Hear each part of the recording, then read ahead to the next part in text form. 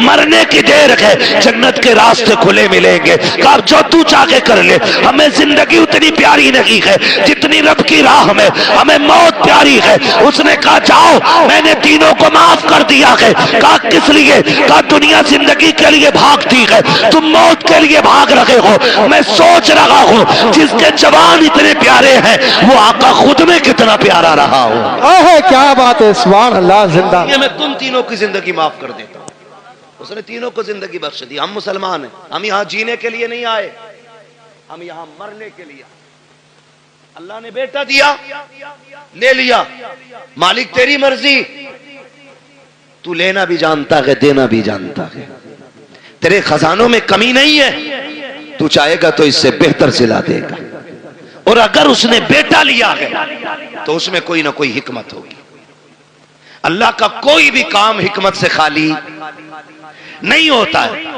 और अगर आप ये सोचें पता नहीं मेरे बेटे का क्या हो रहा होगा, मेरा बेटा क्या होगा, मेरे बेटा कब्र में है, मेरे बेटा यहां होता तो ऐसा होता, मेरा बेटा यहां होता तो वैसा होता, ऐसे बैठ के बातें करता, वैसे बैठ के बातें करता। याद करना प्यारे, मौत से डर उस वक्त तक लगता है जब तक मौत आ नहीं जाती है। जब मोमिन को मौत आ जाती है तो फिर वो जीना नहीं चाहता है, फिर वो रब की रहमतों को इतने करीब से देख लेता है, इतने करीब से देख लेता है कि फिर उसके बाद अगर उसे जिंदगी लौटाई भी जाए तो फिर वो जिंदा होना नहीं चाहता है। वो जानता है जितना करीम मेरा रब है, कोई बाप बेटे से उतना प्यार नहीं करेगा, कोई माँ औलाद को इतना नहीं चाहेगी, कोई खानदान बेटे को इतना प्यार नहीं देगा जितना रब अपने बंदे से प्यार करता है। जितनी रहमत है उसकी अपने बंदों के साथ होती है। तो दिल तोड़े ना किया करो, उदास ना हुआ करो, उसकी मर्जी है, उसने ले लिया। मालिक जिसमें तू राजी है उसमें मैं राजी हूं, ये सोच के जिंदगी गुजार जा।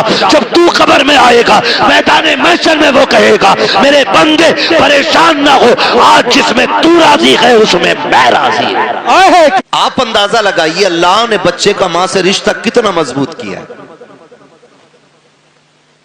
बच्चे की पैदाइश को 5 दिन गुजरे और बच्चा रोने लग जाए, खाला उठा ले गोद में, बच्चा चुपता है। बोले आपके यहां भी होता होगा ना ऐसा, पीछे वालों के यहां भी है ना, नहीं चुपता ना। फूफी ने गोद में लिया, नहीं चुपेगा, फिर मां गोद में ले ले, बच्चा चुप हो जाता है। उम्र कितनी है? 6 दिन। आप अंदाजा लगाइए इस बच्चे को किसने बताया कि पहले जिसने उठाया था वो मां नहीं थी, दूसरी बार जिसने गोद में लिया वो भी मां नहीं थी, तीसरी बार जिसने गोद में लिया ये मां है। जिस बच्चे को अपनी पाकी नापाकी का पता ना हो, बिस्तर के सूखे और गीले का एहसास ना हो, उसे मां का पता चल जाता है, उसे मां का पता चल जाता है। तो सुने, रब ने मां से औलाद का रिश्ता दिल का रखा है, दिल का रिश्ता रखा औलाद का मां के साथ। आप कहेंगे कैसे? सुने, बेटा मुंबई में हो, पूना में हो, और आगे बढ़ के बात करें दुबई में हो, कुवैत में हो, फ्रांस में हो, बच्चा वहां बीमार होता है, मां को 7 समंदर पार हिंदुस्तान में पता चल जाता है। सुबह उठ के कहती है अपने शौहर से फोन लगाओ, दिल नहीं लग रहा है, दिल नहीं लग रहा है। वो कहता क्या बात है? का घबराहट है रात के 3 बजे से। कहता कोई तबीयत खराब है, डॉक्टर को बुलाया जाए, हो सकता है बीपी लो हो गया हो सकता है तबीयत में खराबी आ गई हो। कहती है नहीं, मेरी तबीयत तो दुरुस्त है, भूख भी सही लगी है, रात भर बाकी सारे हालात ठीक रहे, लेकिन दिल घबराता रहा है। माँ कहती है जरा फोन तो लगाओ, पता करे मेरा बेटा तो बीमार नहीं हो गया है। जब अचानक फोन की घंटी बजती है, बेटा 7 समंदर के पार फोन उठाता है। अचानक माँ की आवाज आती है, बेटे खैरियत से है कि नहीं? जब इतना माँ कहती है, बेटा कहता अम्मा मैं ठीक हूँ। वो इसलिए नहीं बताया करता है ताकि माँ परेशान ना हो जाए, मैं तो बीमार हूँ, माँ की तकलीफ ना बढ़ जाए। कहता माँ मैं ठीक हूँ। माँ कहती पगले झूठ ना बोल, सच बता रात 3 बजे से सोई नहीं हो। तब बच्चा कहता है अम्मी मुझे रात 3 बजे से बुखार आ रहा है, मुझे बता तो सही, अभी कोई फोन नहीं आया है, कोई खत नहीं आया है। माँ को 3 बजे पता चल जा रहा है कि बेटे की तबीयत खराब हो गई है, ये रिश्ता किसने बनाया है? खुदा की कसम तो कहना पड़ेगा जिसने लफ्ज़ कुन से कायनात बनाई है उसी ने माँ के दिल से रिश्ते जोड़ दिए हैं। जिसने समंदरों को रवानी दी है उसी ने औलाद का रिश्ता माँ से जोड़ा है। जिसने पहाड़ों को बुलंदियां दी है उसी रब ने माँ से औलाद का रिश्ता जोड़ा है। जिसने सूरज को रोशन किया है उसी ने औलाद का रिश्ता माँ से जोड़ा है। खुदा की कसम जिसने अपने महबूब को कायनात में सबसे हसीन बनाया है उसी रब ने औलाद का रिश्ता माँ बाप से मजबूत बनाया। नारे तकबीर, नारे रिसालत, मसलके आला हजरत मुफ्ती हम्माद रजा मुरादाबादी, जलसा साले सवाब, नारे तकबीर, नारे रिसालत। तवज्जो है सारे लोगों की। ये रिश्ते अल्लाह ने बनाए, अल्लाह ने बनाए ये रिश्ते, ये रिश्ते बनाए। बेशक। और ये माँ का हक होता है, औलाद का हक होता है माँ की गोद में रहना। मेरी माँ, मेरी बहन, इतनी सी गुजारिश मेरी है, कान खोल के सुनना। अपनी औलाद को बचपन में रोए ना, मोबाइल दे के बहलाना मत। उसे गोद में उठाना, उसे सीने से लगाना, ताकि आज वो रो रहा है तो तू सीने से लगा रही है, कल तू रोएगी तो यही बेटा तुझे सीने से लगाएगा। क्या आपको नहीं लगता ऐसा? आपको नहीं लगता ऐसा? अगर आप आज औलाद को प्यार नहीं करोगे, कल ये बुढ़ापे में आपको मोबाइल देके बहका देंगे। छुट्टी आप कहोगे दिल नहीं लग रहा है, वो कहेंगे ये रहा मोबाइल, इसमें मैंने फुल रिचार्ज कर दिया, अनलिमिटेड, इसे चलाइए। अल्लाह माफ करे, बाज लोग कहते हैं कारी साहब के बड़े बूढ़ों के पास बैठने से अकल आती है। अब तो अल्लाह खैर फरमाए, बड़ा बूढ़ा भी बड़ा रंगीन आया है। जलसों में जाते हैं भाई, अपना काम है रातों में जाना। कभी कभी देखते हैं हम चलते हुए, कोने पे बैठा बुड्ढा, रात के 11 बजे मोबाइल चला रहा स्लिप पे बैठ के। ये रंग आ गए। और बड़े बूढ़े, एक कहावत कही जाती है, एक पैर कब्र में, दूसरा केले के छिलके पे। और डर भाई, अल्लाह से डर। अब उम्र का कोई तीसरा पड़ाव नहीं आना, ये आना था जो आ गए। जितने रंग चढ़ने थे चढ़ गए। बचपना जवानी की उम्मीद में गुजर जाता है, जवानी दौलत की भूख में गुजर जाती है, और फिर बुढ़ापा, हाय रे बुरा आपा। फिर ये आदमी को औकात दिखा देता है। इसलिए आपसे मेरी गुजारिश है, अल्लाह तौफीक दे, मेरी बहन बच्चे रोएं, उन्हें सीने से लगाया करो, सीने से लगाया करो। बड़े परेशान होते माँ बाप। मौलवी देख तो सही, लोंडा 19 साल का हो गया, मस्जिद नहीं जाता है, वो गाने गा रहा, खड़े होके गाने वहीं, तो अब मौलवी संभालेगा यार? तुमने बचपन से लेकर अब तक गाने सुनवाए उसे, मौलवी उसे नाते याद करा देगा 2 दिन में? नहीं, माँ बाप की जिम्मेदारी होती है औलाद की सही परवरिश करना, माँ बाप की जिम्मेदारी होती है। मैं आपको बताऊं, एक बहुत बड़े बुजुर्ग गुजरे, आप सफर करते करते जंगल में चले गए, बंद था, जंगल था, रास्ता भूल गए। जब रास्ता भूले, उन्होंने जंगल में तयम्मुम किया, पानी भी नहीं था, अब तो कसरत से पानी है, समर चला देते हैं तो बंद करने का नाम ही नहीं लेते। अगर रास्ते में पानी भरे तो फिर धान नाली साफ करे। भाई तेरी भी तो कुछ जिम्मेदारी है ना, अल्लाह ने तुझे इंसान बनाया, ये जो टोटी खोल के छोड़ दी है, हिसाब नहीं देना इसका, हिसाब नहीं देना है। ये जो 40-40 साल के हुए बैठे हम लोग, 60-60 साल अल्लाह की नेमतें खाते गुजर गए, वो हिसाब नहीं लेगा हमसे?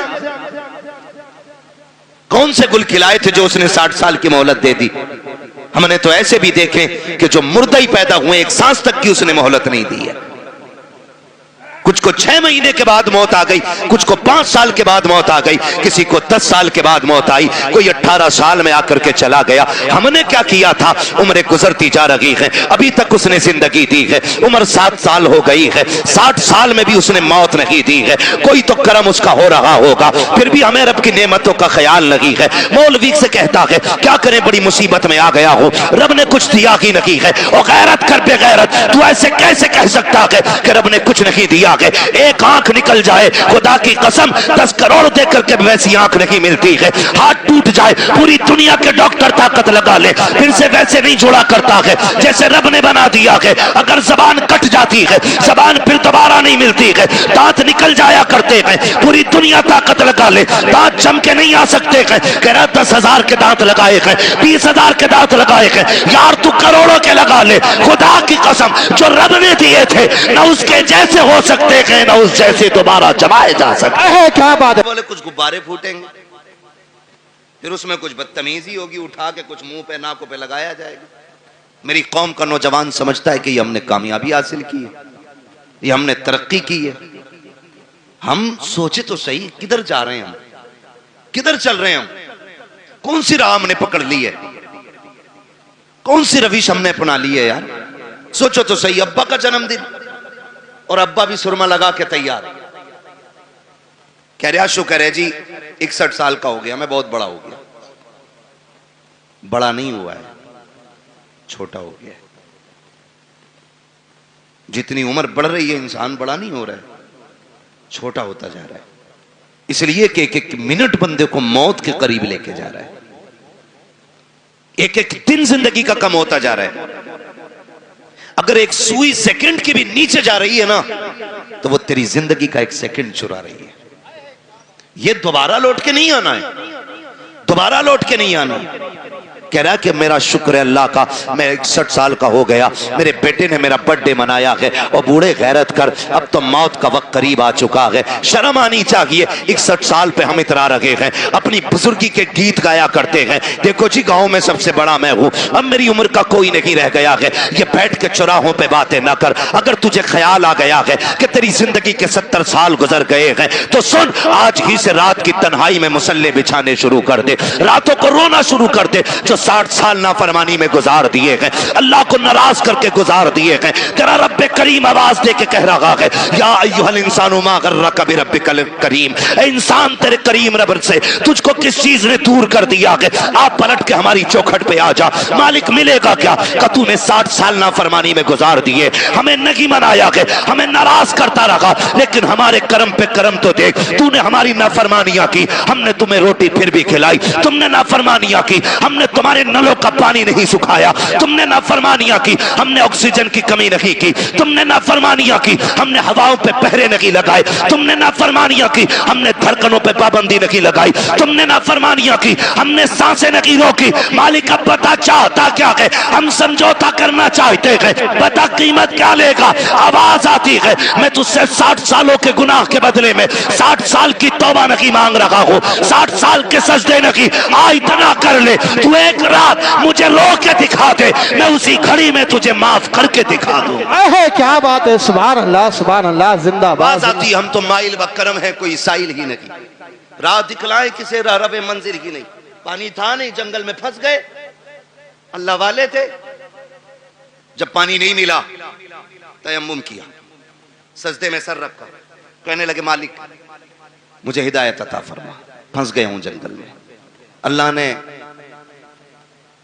रहनुमाई की अपने करम से और वो जंगल से निकल के आ गए। प्यास बड़ी शिद्दत की लगी थी, उधर असर का वक्त हो रहा था। थके तो नहीं है ना अभी आप?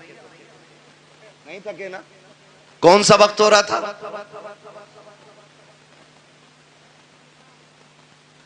कौन सा वक्त हो रहा था? असर का वक्त हो रहा था। आए, बस्ती देखी, दिल खुश हो गया कि लगता है यहां पानी मिल जाएगा।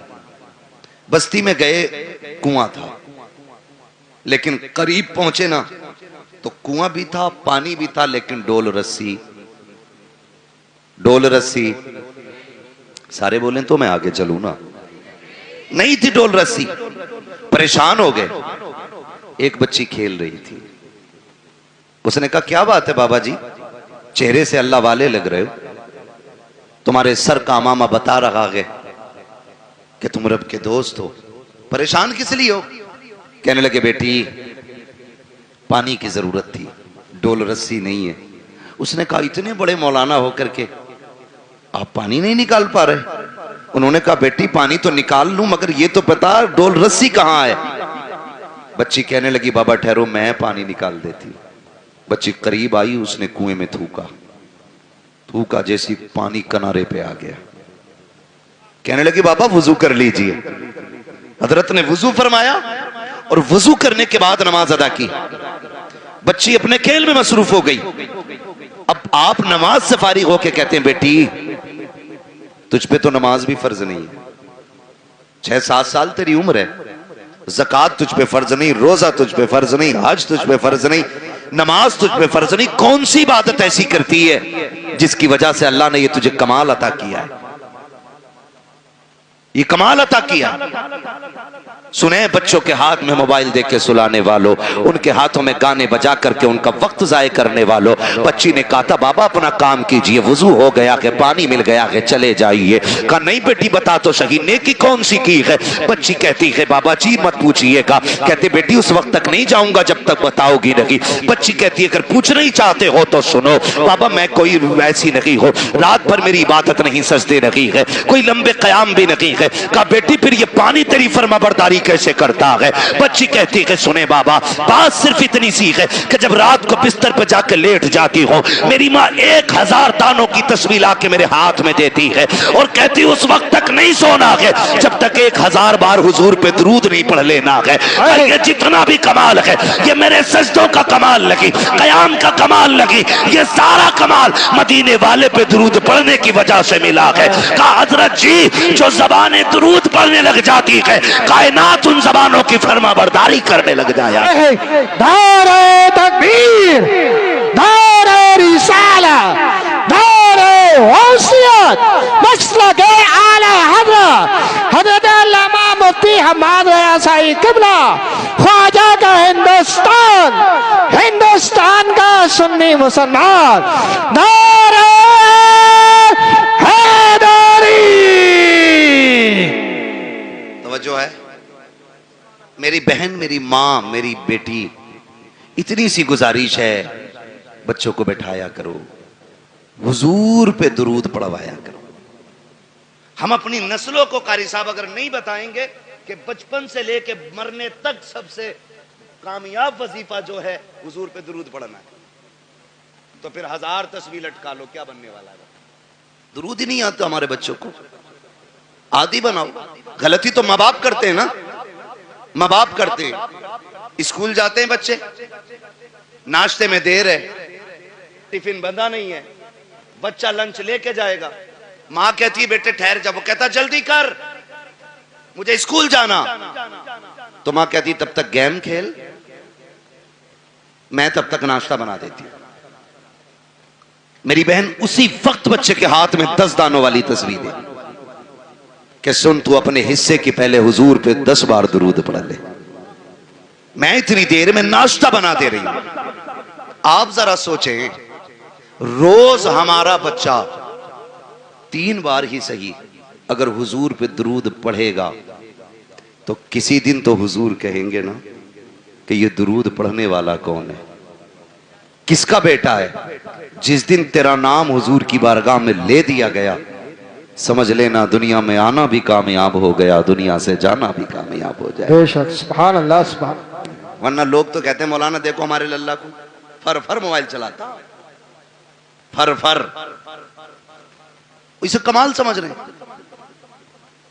इंसान को अल्लाह ने फितरतन ऐसा बनाया है, अगर इसे पैदा होने के बाद किसी ऐसी जगह बंद कर दिया जाए कि जहां किसी की आवाज ना जाती हो, 50 साल का भी हो जाएगा इसे बोलना नहीं आएगा।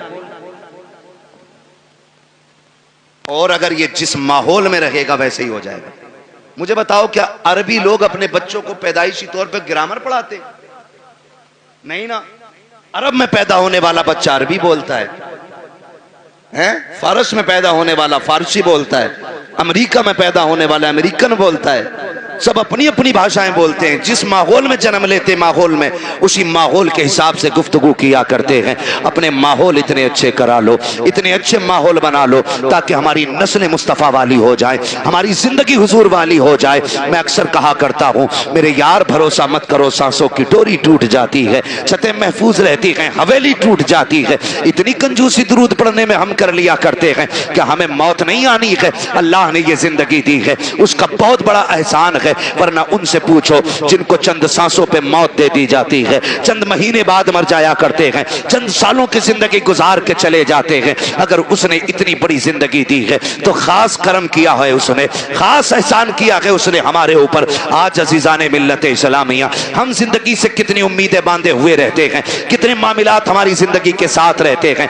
खुदा की कसम खा के कहते हैं, एक लम्हे का भरोसा नहीं है, कब किसको कहां मौत आ जाए कोई नहीं बता सकता है। सब लंबी लंबी उम्मीदें बांध के जिंदगी गुजार रहे हैं। पूछा गया था बताओ जिंदगी कितनी बड़ी है, किसी ने कहा था कि जिंदगी इतनी बड़ी है, बड़ी है तानी मगरिब पढ़ेंगे कि नहीं, फिर कहा कि अभी लंबी उम्मीद है, कहा मगरिब पड़ी है पता नहीं इशा पढ़ेंगे कि नहीं, कहा अभी लंबी उम्मीद है। फिर किसी से पूछा तुम बताओ, तो किसी ने कहा कि मैंने दाहिनी जानिब सलाम फेरा है, उम्मीद न की है बाईं जानिब भी सलाम फेर सकूं। अल्लाह अकबर। फिर कहने वाले ने कहा था यह भी बड़ी उम्मीद है, हकीकत यह है कि जो सांस अंदर गई है पता नहीं बाहर आएगी कि नहीं।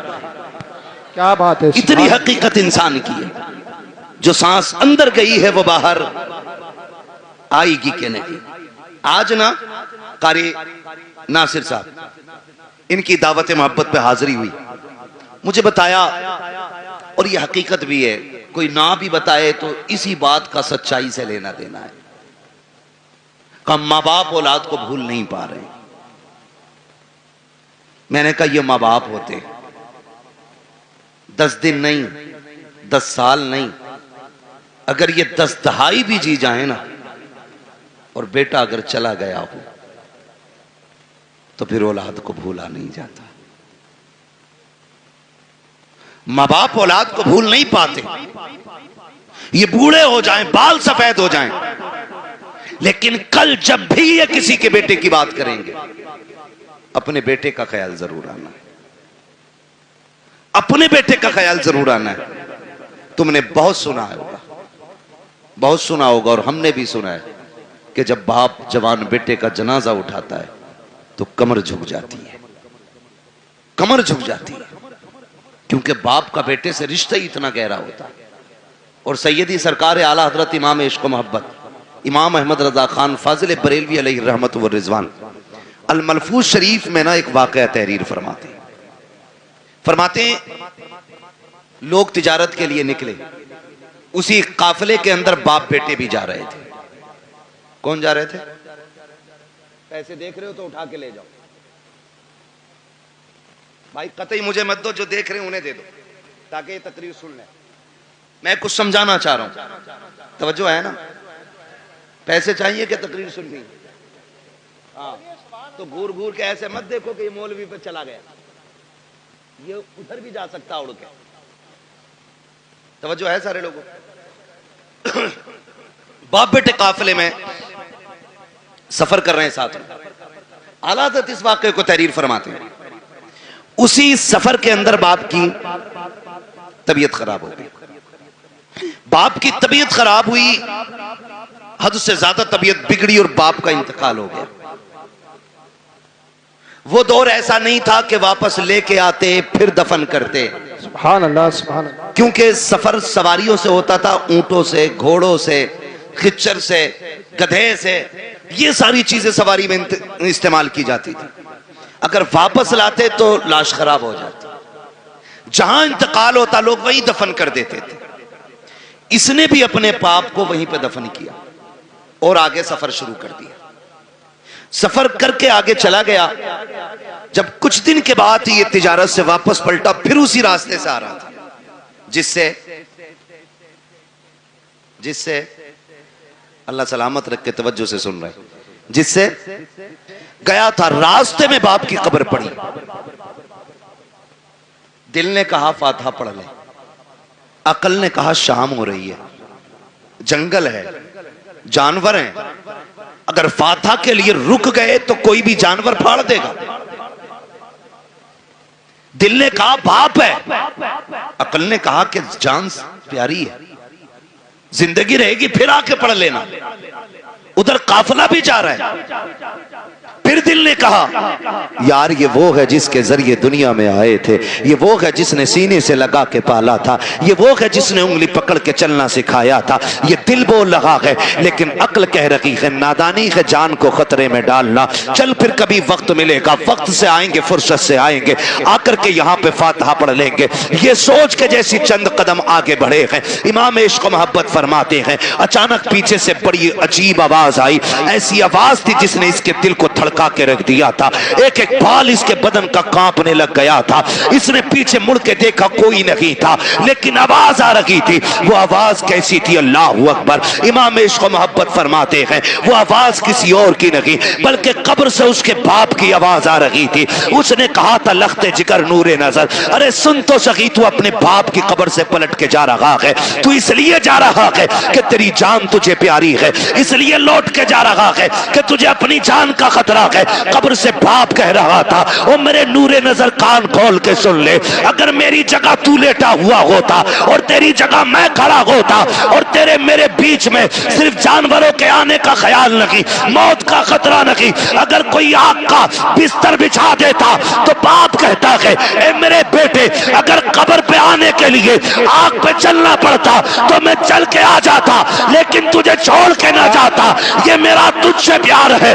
आज जो तू छोड़ के जा रहा है ये तेरा मुझसे प्यार है। खुदा की कसम औलाद की सारी मोहब्बतें एक पल्ले में रखो, फिर भी बाप की एक नजर की बराबरी नहीं की जा सकती। है क्या बात है। नारे तकबीर, नारे रिसालत, नारे होशियत, अज़मत वालिदैन। तवज्जो है, ये औलाद का प्यार है माँ बाप के सीने में। मैं नौजवानों से भी एक बात कहूं, क्या हमारे सीने में वही दर्द है? मानते हम उतना ही। मेरे भाई, पूरी दुनिया में सच्चा हमदर्द नहीं मिलेगा मां बाप के बगैर। आपके कितने भी यार हों, कितने भी दोस्त हों, लेकिन कोई यार बाप की जगह नहीं ले सकता, कोई दोस्त बाप की जगह नहीं ले सकता। इसलिए कि हम भी जानते हैं, तुम भी जानते हो, अब इस दौर में कोई घास खा के नहीं जीता है। सबकी खुराकें अच्छी हैं, ग़िज़ाएं अच्छी हैं, सबको पता है। कोई भी दोस्त होना ज्यादातर सुख के साथी होते हैं और दुख के साथी माँ बाप होते हैं। दुख के साथी माँ बाप होते हैं। वो एक साहब ने बताया कि बड़ा अमीर बंदा था, पैसे वाला, करोड़पति, उसके सैकड़ों दोस्त थे।